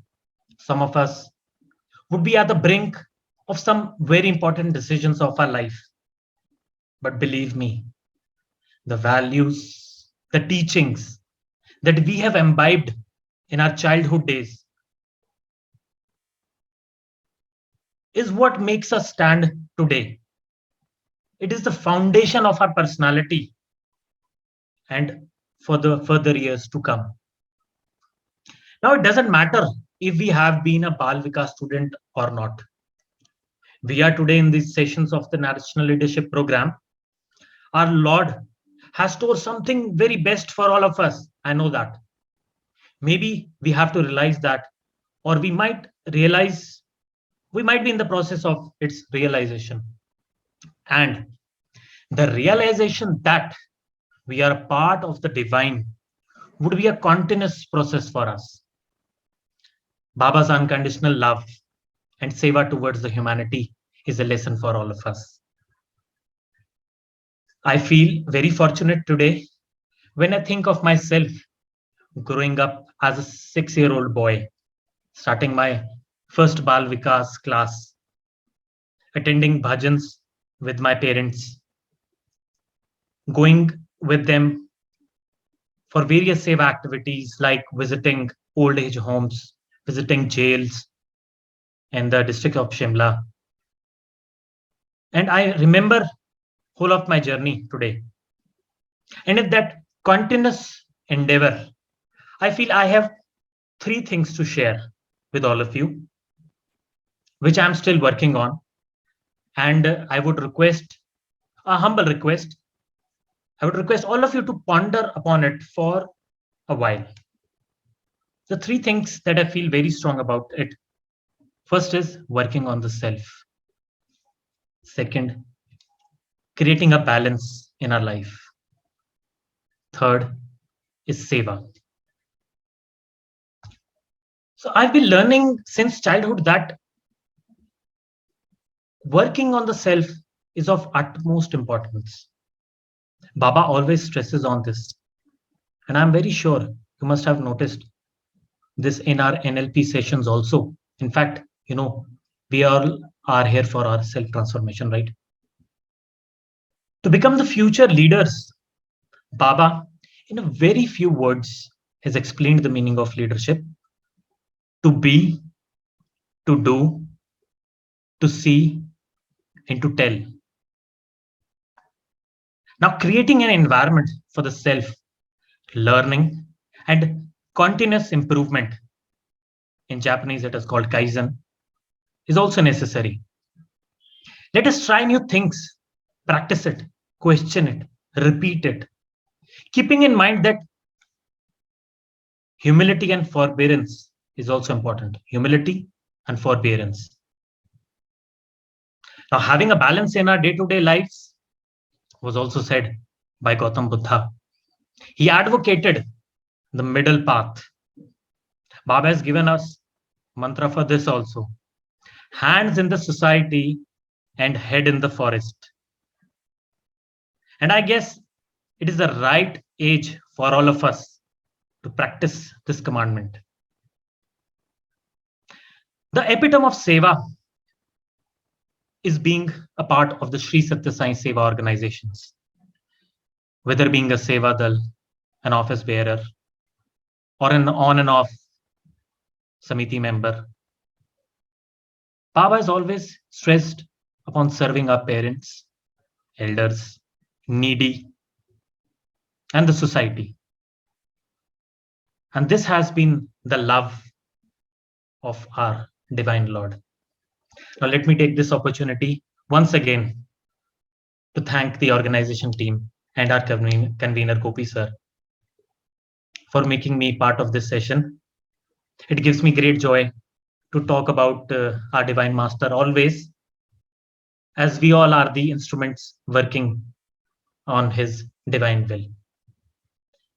I shall continue my path of self-transformation and realization until it's his will. And I humbly appeal to all of you to do the same. I would like to end my small talk with a few lines in my mother tongue. बाल विकास कक्षाओं में बचपन में मैं जाता था. गुरुजनों का आदर करना बहुत मुझको भाता था. सेवा गतिविधियों में माता पिता संग जाता था. एनएलपी के सेशंस ने मुझे बहुत कुछ सिखाया है. सत्संग में जो सीखा है वो आज मैं बतलाता हूं. कभी किसी का दिल ना दुखाना, बस यही बात दोहराता हूं. सत्य, धर्म, शांति, प्रेम और अहिंसा का पाठ पढ़ते जाना है. बाबा के इन आदेशों के साथ आगे बढ़ते जाना है, आगे बढ़ते जाना है और आगे बढ़ते जाना है. Thank you everybody. Thank you Swami. जय Sai Ram. Sai Ram brother, thank you for sharing such wonderful thoughts in such a beautiful manner. You have reminded us of the joy that comes with with calling out Bhagwan's name. And let us offer our prayers to Swami. Om Shri Anandadaya Namaha. It is really amazing that a participant of batch 2020, the first batch, has so beautifully put across your learnings through all the 3 years. And moving forward, we have another speaker who is also an alumna of the NLP. The next gem that we offer to our Lord is Dr. Shravya KS. Sister Shravya is a third generation Sai devotee who joined the NLP family in the year 2021 as a participant. After completing her MBBS, Sister is now pursuing MRCS. Sister Shravya works dedicatedly in her role as the POC for the states of Rajasthan and Uttarakhand, and is constantly trying to establish a connect, truly being a point of connect, point of contact between the organizing team and the participants, and is truly working very hard to ensure that the participants are able to get the best out of this opportunity. Without any further ado, I call upon Sister Shravya.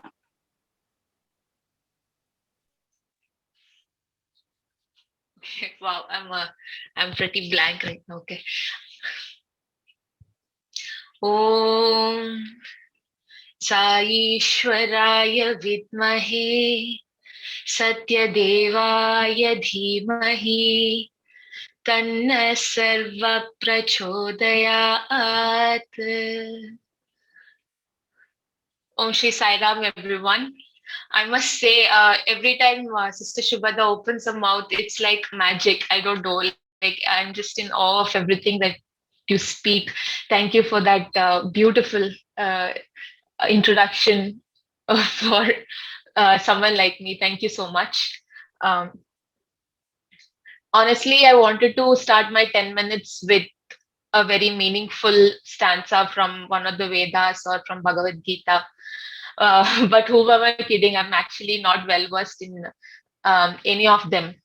I just know a couple of stanzas here and there, and I mouth them every time my ear picks them up. So that I feel tad bit better about my incompetency.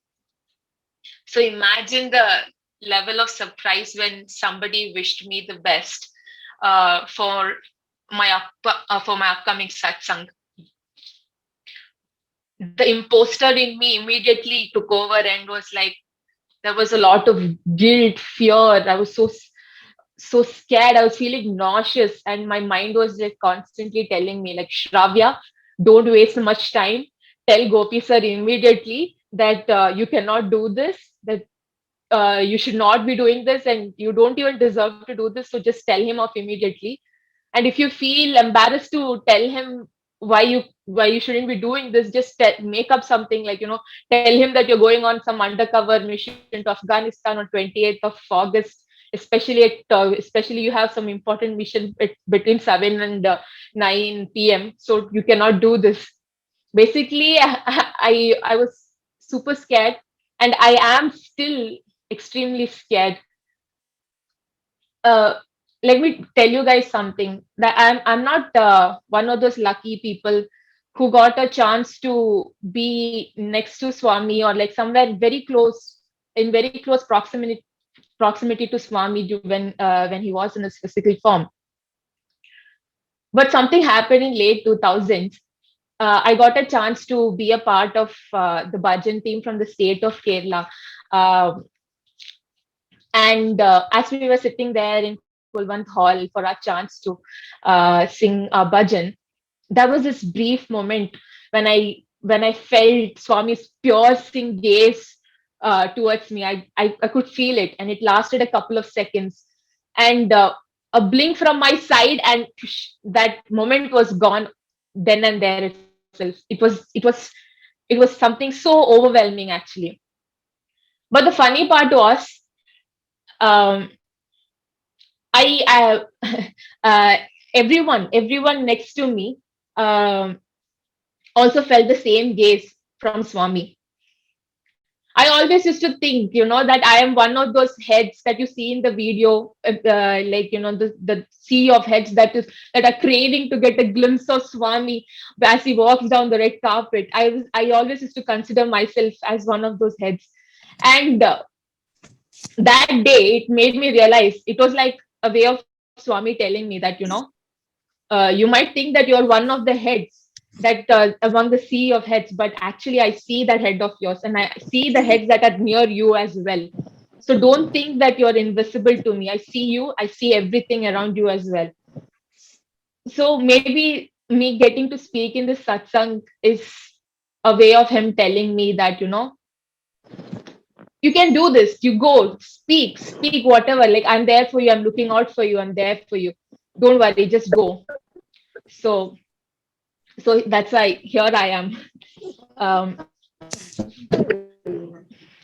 in our day-to-day life, we always come across some situation where we wish that, Swami, I wish Swami intervened this particular situation.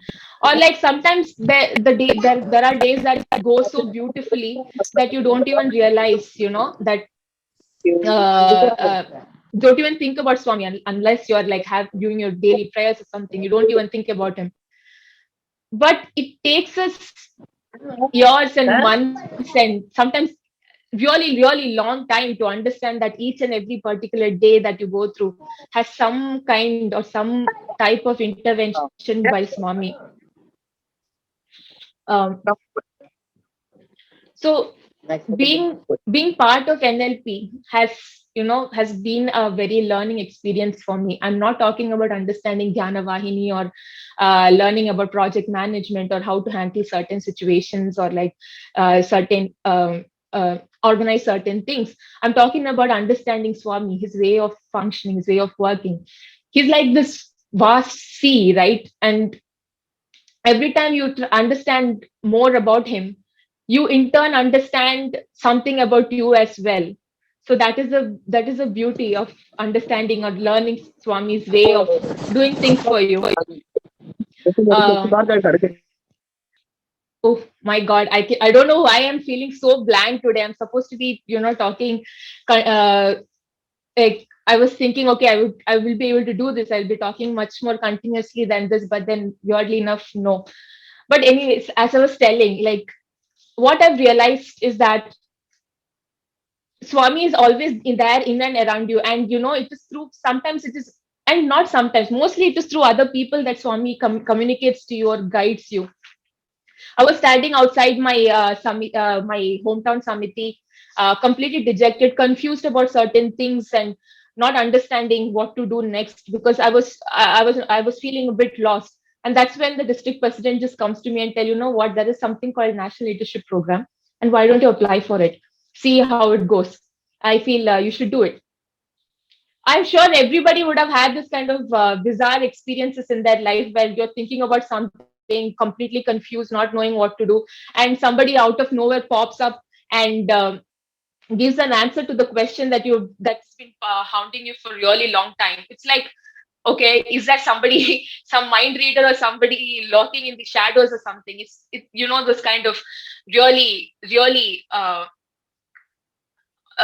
puzzling situations that you are sometimes in, right? So that was one of the instances that with which I entered the National Leadership Program.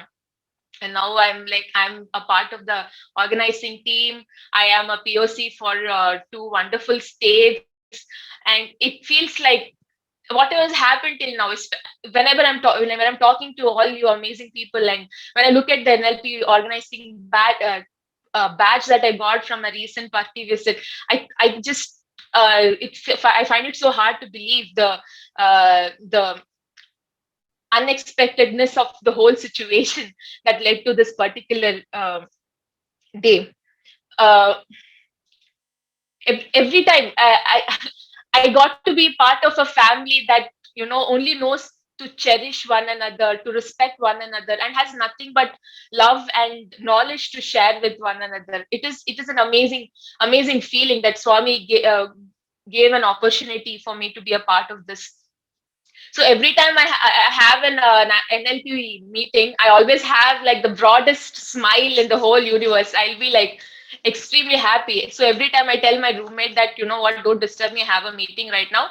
And she sees me smiling extremely, from ear to ear, looking at the screen. She's always so confused. Like, that is not usually how we attend meetings. We are usually like sitting, okay. Oh, this is how we usually attend the meetings. And then she sees me with huge smile, and like it completely confuses her. But that is a family that I got, that just brings joy and happiness. That is a family that Swami gave me.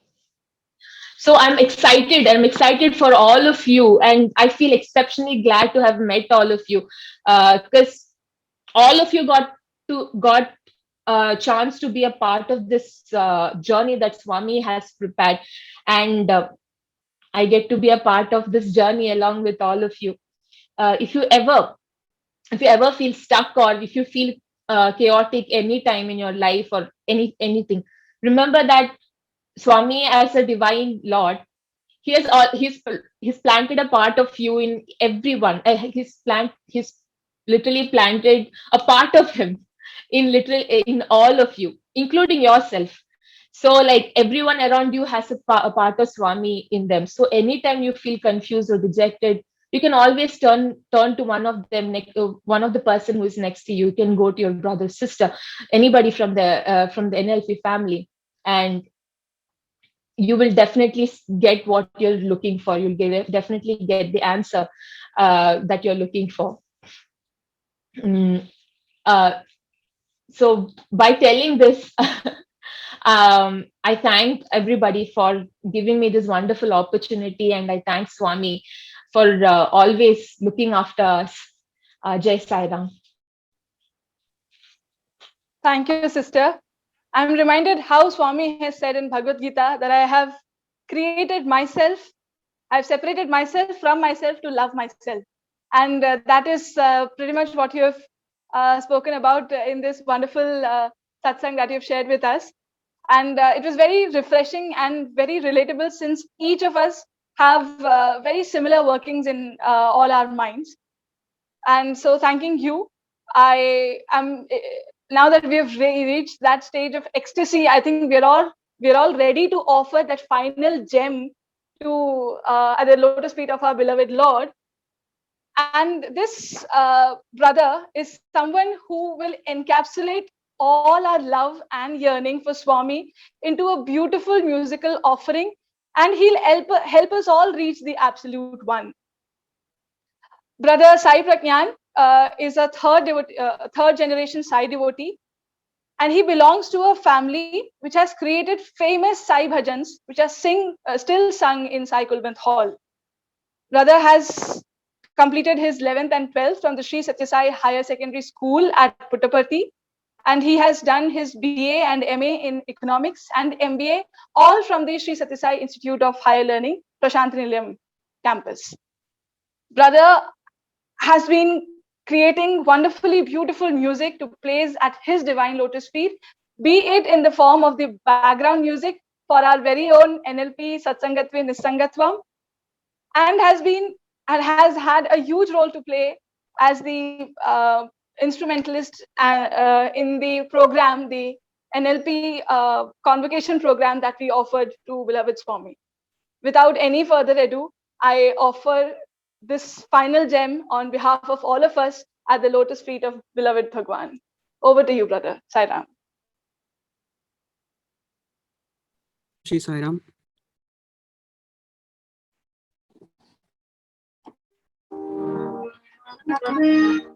भवसागरोद्धार भुवनावना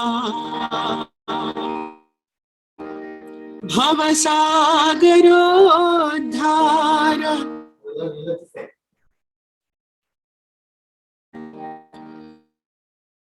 गतत्राण Narayana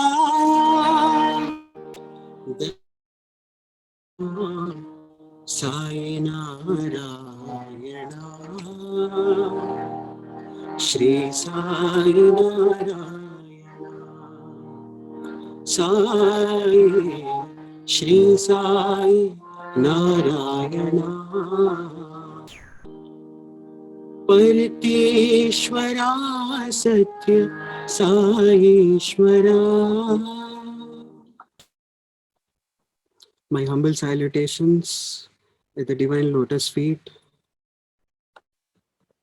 of the divine master, Bhagwan Sai Baba, loving Sai Rams to all brothers and sisters.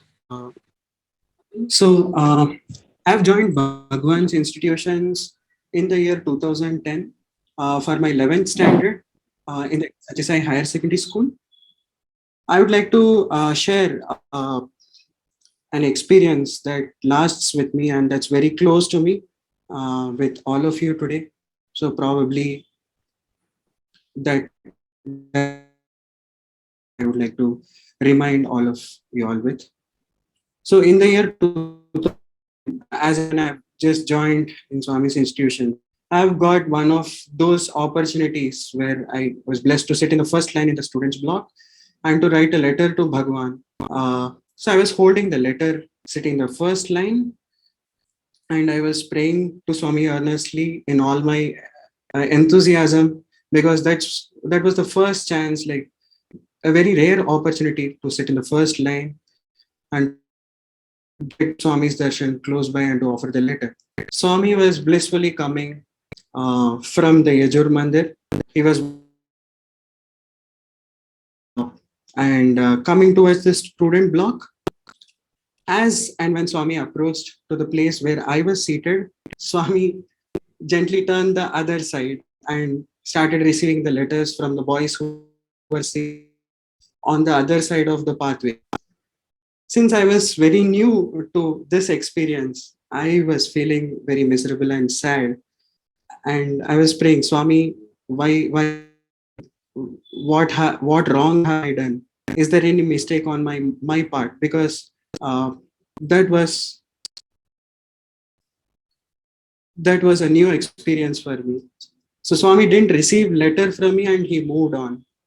I continued to cry the entire session. Bhajans were going on. Went back to hostel, and I was feeling very bad.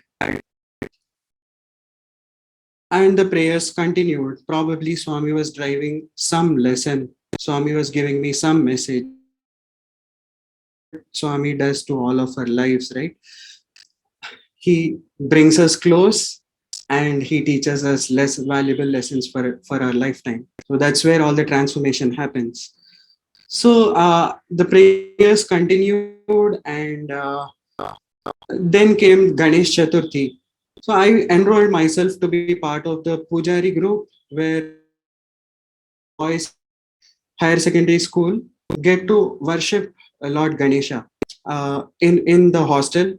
So each of the Pujari boys will be allocated one small Ganesh idol. So we get to worship Ganesha for a month long, and as a culmination on Ganesh Chaturthi, we get to be part of the procession, the grand procession that all the students take Ganesh chariots and bring it to Swami for blessings. So on one of those occasions, I was blessed to be,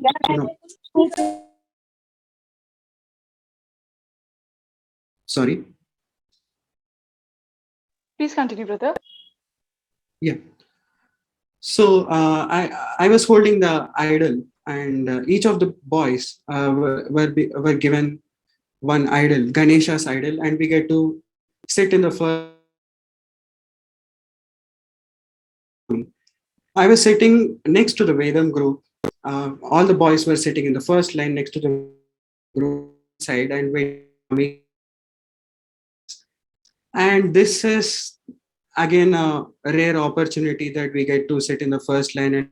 And I was praying earnestly, please don't do the same time that you have done, same thing that you have done the previous time. Please, grant me this chance, come to me and bless. This time, Swami came from the Yajur side. He was coming towards the Vedam block, where the Vedam, and coming towards us. He skipped the first two boys who were holding the Ganesha's idol, and my heart skipped a beat. Like I was again, Swami is going to avoid me this time as well. I was feeling very bad and I almost gave up. Just then, to my surprise and astonishment, Swami came directly towards me, and I was asked to lift the idol, Ganesha's idol. I was just kneeling and directed the idol towards Swami. Swami came to me and blessed the idol and left.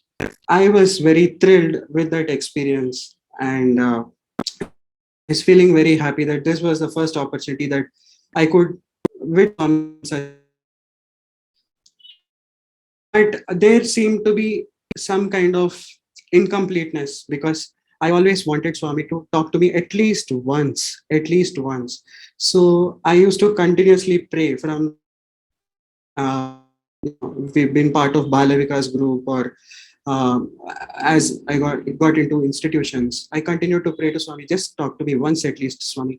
That was my honest prayer. And that prayer came where give Arti to Swami. One of the most answers that I would have felt. Because I was new to the entire system. I was 11th standard boy, and standing in the third block, we'll have to face Bhagwan and give Aarti. I was literally shivering. All my hands and legs were very, I was shivering. I was just praying that Aarti gets over very fast and I get to sit down at least. But yeah, that happened. And as Om Jai Sadguru Deva, while that is going on, all the boys, a couple of boys get to go to Swami and offer rose and take Pad Namaskaram. So the Aarti boy also goes. So I went towards Swami for when my chance had, and this time, as and when I reached Swami, Swami by himself asked something which I could not hear. I just went closer to Swami, but still I could not hear. That's when the farm boy kind of prompted. Swami's asking, which place, which place? Then I went towards Swami and said, Swami, Hyderabad. And then I didn't know what more to talk. Swami was facing the devotees. I told Swami, today is my father's birthday. I didn't know what. I was too naive to talk to Swami anything. Then Swami shook, nodded his head, Manchidi, Manchidi. Then I asked Swami permission for Pad Namaskaram. And Swami agreed to it. And then that's when I've taken Pad Namaskaram. But this was one phase in the year 2010 when Swami was not interacting or probably minimized interactions with students and devotees because he was taking physical, he was not really taking well on the outer part, but that's what was happening. And that part of time, that period of time, it's very difficult to interact with Swami. But this time, Swami was very gracious enough to ask by himself and strike a conversation, to initiate a conversation with me. I was very happy because Swami has blessed me with this Aarti chants, Pad Namaskaram, and also interacted with me. So I went back to hostel and kind of reminiscing all these thoughts. Swami, thank you for this day, giving these blessings. But just then I realized that all these days I've been praying to Swami to talk to me at least once. And through this experience, like it kind of seems very simple, but the prayer I felt it was answered. So I felt his delays are never his deniers. He might take time, there might be time, but he responds at the right time. We have continue to keep our prayers strong. And I think the message Swami was trying to instill in me, that is the lesson that I would like to carry for my lifetime. And one more small side to this, I'm not sure how much time is. Sister Shubhada, could you? Yes, brother. You can please continue for 1 or 2 minutes more, please. Okay, sure. Thank you. Thank you. So just a sidebar. That the moment where I got an opportunity to take Swami's path, that moment is very special because when I placed my forehead on Swami's feet, it felt very soft, very cool, very calm, some kind of serenity. That's an inexplicable experience. Years later, recently, a couple of years back, I was just trying to reminisce this experience, and Swami inspired me with one composition which I would like to sing. Just the stanza. Bhakti bhavarpitam samaganamritam सप्तस्वरार्चितम् सत्यसाईपादम् सकलसुरवन्दितम् सर्ववेदसारम् विश्वसंरक्षितम् सत्यसाईपादम् कोटिसूर्यतेजो विराजम् समस्तजगदाधारम् नित्यं स्मरणीयं सत्यसाईपादम् सत्यसाईपादम् शीतलं कोमलं सत्यसाईपादम्. So based on that particular experience, that serene experience that Swami granted, this song, I got inspired, and that's how Swami has blessed me with this small composition. So moving on,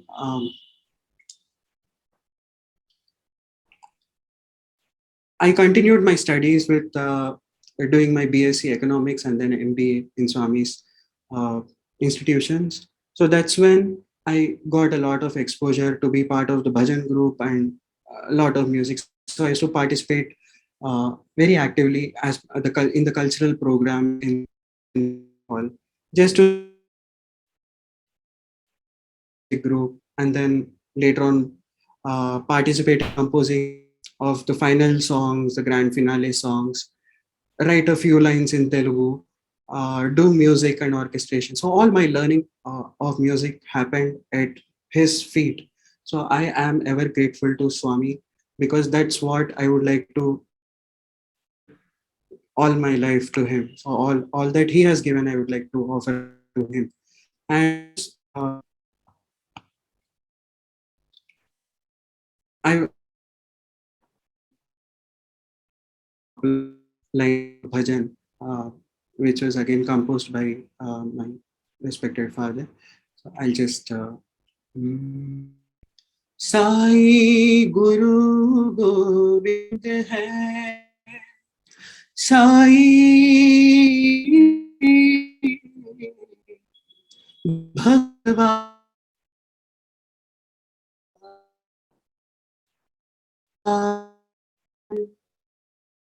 सा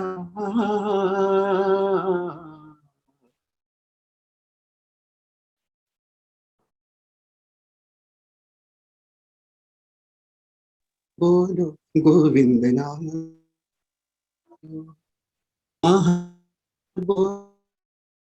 पांडुरंग बोलो, साई नाम बोलो, गोविंद नाम बोलो, बोलो ज़ोराष्ट्र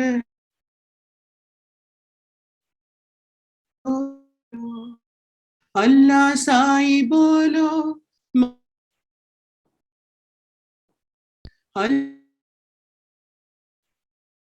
साई बोलो, प्रेम Sai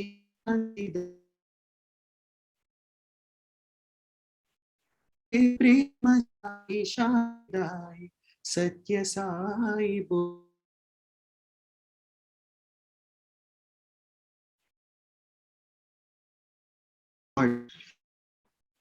Who bestows intense peace, serenity within us, Satya Sai. Let's all offer our prayers and obeisance to him.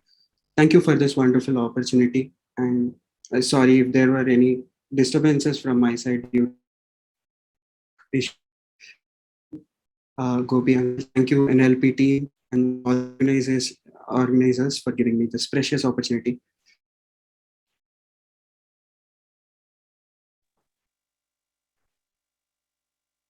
Sairam, brother. Thank you very much. You've truly transported us to the beautiful precincts of Prashanthi with your meticulous, detailed description of all the happenings. And yes, you have offered on behalf of all of us, all our feelings, all our love and yearning at Swami's lotus feet. We are very, very thankful to you. And I request Gopi uncle to please now speak a few words as to how we can internalize all that we've learned today and reach Swami's absolutely wonderful feet. Sairam, thank you so much, Subhadra. Frankly, I should not speak now. This has been one of the best satsang programs that we've had during this year. Each one of you, starting right from Anita. Anita, you made me cry. I'll make you cry one day. You made me cry. And all of you, Shweta, Sai Prakash, Nitesh, Shravya, everybody in this team, you made this a beautiful day for all the NLP program members here. In fact, I should thank Swami for giving me such a wonderful team. I know, and everybody knows, and I should confess here today that this is the NLP organizing team that runs the show here. I'm only the trademark there. Everybody knows this across the country, and Bhagwan also knows this. And if you have been chosen to be one of these organizing team members, it is not by chance. You will shortly, when I come back to give a satsang to this team, I will narrate a number of incidents where Swami has physically told me certain things, Nobody comes by chance. If each one of you, if Shweta says that it is Gopi uncle who pushed me to be a member of this, it is not Gopi uncle who's pushed you. It is a divine hand that has pushed you into this. There is a lot of learning that you have got here. And I'm learning so many things from this team. I just want to extend my loving gratitude to Swami for bringing in such a beautiful family. You're all my children, and I'm very proud that you're all with me. All the NLP organizing members, all the NLP participants. I may be a little tough. I am a little tough. But there needs to be some toughness. Swami, I learned it from Swami again. It's not that I learned it myself. I learned it from Swami. You are very pure souls, and thank you. And Sai Pragyan, you had an issue in Shivam, but we will have a separate session with you. Man, you started that song and, we were lost. I just, his father was so close to me. And I'm telling you, most of you NLP participants, you must be singing so many bhajans in your life every day in your mandir samitis, and you will not know that those bhajans were written by Pragyan's father. A great composer, one of our lead singers in Shivam, an extraordinary person, I bow my head to Sai Pragyan's father, and what a lovely son, he has gifted to Swami's mission. Pragyan, we will have another session. Only a musical session is Sabhuda and Swati. You should plan from the NLP participants. Just only have a musical session. Now the idea came up. Only singers, who could really sing. Like, I know Subhada, you're an extraordinary singer. I know that. I've seen you singing at an altitude of 8,000 feet in Leh Ladakh, the way you sang. So we will have one program. Extraordinary. Sweta is there. Pragyan is there. We will also catch hold of Sai Hriday, Santosha. So many other singers are there in this group. We'll have this. Ultimately, I would like to close this. The script writer, I know, is Swati Vasudevan. I don't know if Swati is there right now in this group or not. Swati and Subhada, you have done a wonderful job. And I know that there have been some support from people like me and Lisa, who normally trouble you guys with a lot of corrections and stuff like that. But overall, I think, this is what it is. A satsang is this. Absolutely, this is what I call a satsang. And thank you, Swami, for bringing this, all these youngsters. I have now on the screen right now, Varun there, right from Leh Ladakh, he's joined us. All our participants who are actually in the Leh Ladakh team, who are actually gone there to, serve. I know Aditi was there, Ojas is there, Varun is there. They're all joining this program from the mountains, the Himalayan mountains. Thank you, and let's close this with Shantimatam. May everybody be happy. Samasta loka sukhino bhavantu. Jai Sai Ram.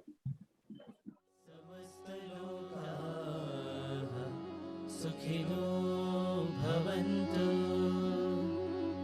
समस्तलोकाः